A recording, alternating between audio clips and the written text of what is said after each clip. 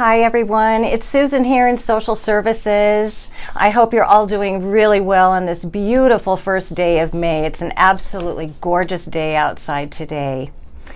Now, last week when we got together, we talked about some of the different reactions that you may be experiencing in this time as we navigate this COVID-19 journey together. One of the reactions that you may be feeling is grief. You know, it may seem strange to think that we might be grieving during this time because typically we think of grieving only when we lose someone, a loved one, a friend, or family member. Grief has many different forms, however, and can happen at different times in our lives. It doesn't just happen when we lose a loved one. At this time, we may all be grieving together, and we're probably grieving the loss of normalcy for one thing. We're grieving our normal routines, seeing our loved ones in person, our peace of mind. These are just some of the things that we may be grieving at this time. We're having to deal with continual loss and changes and life restrictions at this time, which can be a huge loss for all of us.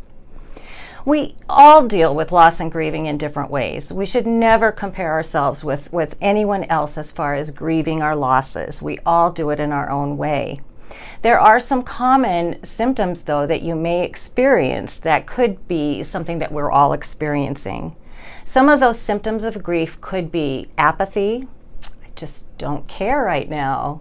I just don't care what's going on. Insomnia. Inability to sleep is a huge part of the grief process, but also a part of depression.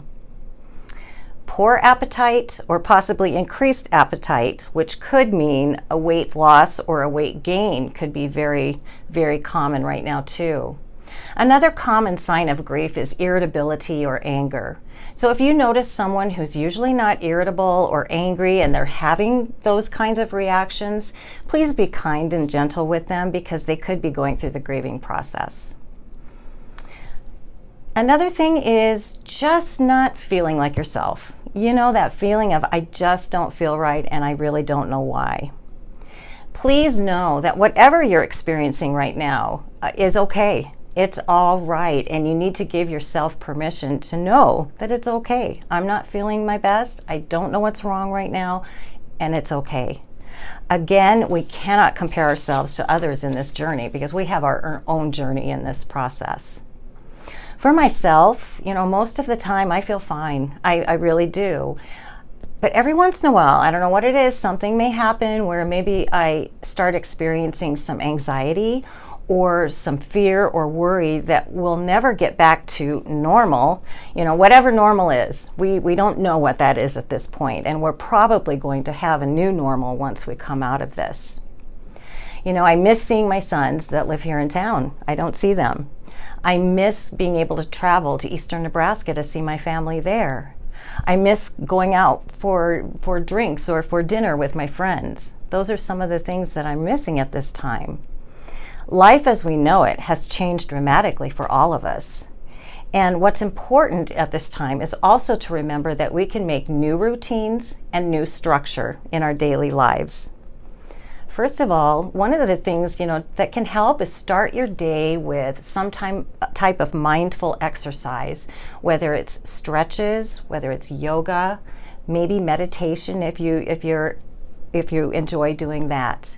But find time to exercise throughout the day. That can be very, very helpful too. And Erin did not put me up to that. I just wanted you to know that. Another thing that's very important is to stay connected with your friends and family any way that you can at this time. There are so many different ways to connect with family now, not just in person, such as using FaceTime, using Skype, using Google Duo, Zoom, emails, of course the good old phone call, or even writing letters can be wonderful things to do right now to stay connected with our loved ones. For myself, every Saturday evening my family and I are doing Zoom meetings, so I'm able to see all 4 of my sons, all 4 of my grandkids, my daughters-in-law, and we have a wonderful time doing that. It's a great way to stay connected when we can't see each other in person. One other thing that can be a good thing to do at this time is to start a new project that will keep your mind busy. this is a great time to start whatever it is that you've been wanting to do. I've been wanting to paint the inside of my house for quite a while now, and haven't done it yet, but that is a project that I think I will be undertaking in the next few weeks, not days, probably the next few weeks. You know, on the flip side of that though, instead of always trying to keep busy, allow yourself just to be. Just be. Be in silence, be in stillness. That's perfectly okay too. I've talked to a number of people, and I've actually experienced this myself, that at times I feel totally exhausted for really no reason at all. And for me, I always have to have a reason for something, but sometimes with that exhaustion, there's just no reason for it.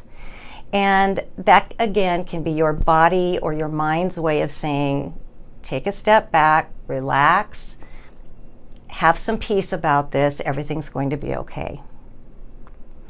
So how are some other ways to deal with grief? First of all, understanding what grief is the first step in the process of understanding it. As we all know, there are stages of grief, and we don't all go through them at the same way or at the same time. Everybody grieves in their own way. And just to say too, not everybody is going to be grieving at this time, but it is a common thing that can happen. One of the stages of grief is denial. So, that could be where this virus isn't going to affect us. No one I know is going to get it. I'm not going to get it, that's for sure. I'm healthy, so, there's no way. This is not going to affect us. This only has happened in East River or the West Coast or the East Coast. It's not happening here. Another form of grief is anger, and we kind of touched on this a little bit earlier, that you can feel angry or irritable maybe for no good reason, but that could be part of the grief process too. I'm angry that I can't go see my kids. I'm angry that I can't travel. I'm angry that I can't go out and do my normal routine. And there are quite a few people who are losing their jobs at this time too, so we need to think about those folks, and they could be very angry about that too. Bargaining is another part of denial. If I wash my hands and if I social distance for 2 weeks, we're going to be fine, right? Everything's going to be fine. Yeah. Sadness is another part of grief, obviously. I miss my family. I miss my friends. I miss my normal routine. I miss that a lot. Finally, acceptance. Acceptance is, the final stage of grief. I don't know if you'd get to acceptance before you get to everything else. But acceptance obviously is where all the power lies. And that acceptance is actually where all the power lies in any situation you might be in. But this is where we can actually take control of the things that we can take control of, such as I can wash my hands often, which we do. I can social distance. I can stay home. I can try to have a positive attitude. Those are things that I can control at this time. Many other things I cannot control, but I can control those. I just want you to remember that as we go through this, you are not alone in your grief, in your loss, in your fear, any of the things that you're feeling right now with COVID. We all need spiritual and emotional support at this time. I do believe, however, there is a silver lining in all of this. The silver lining is that we all are going to come out of this stronger. We are going to grow from our collective experience, because this is truly a collective experience that we're going through.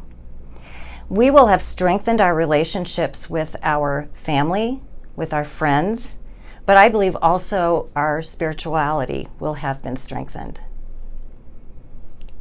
We are so fortunate to live and work in this Westhills Village community, where our inspired leaders are orchestrating this journey for us and making sure that we are safe. Embrace your fear, embrace your grief and uncertainty, but also embrace and nourish those positive experiences that will come out of this situation.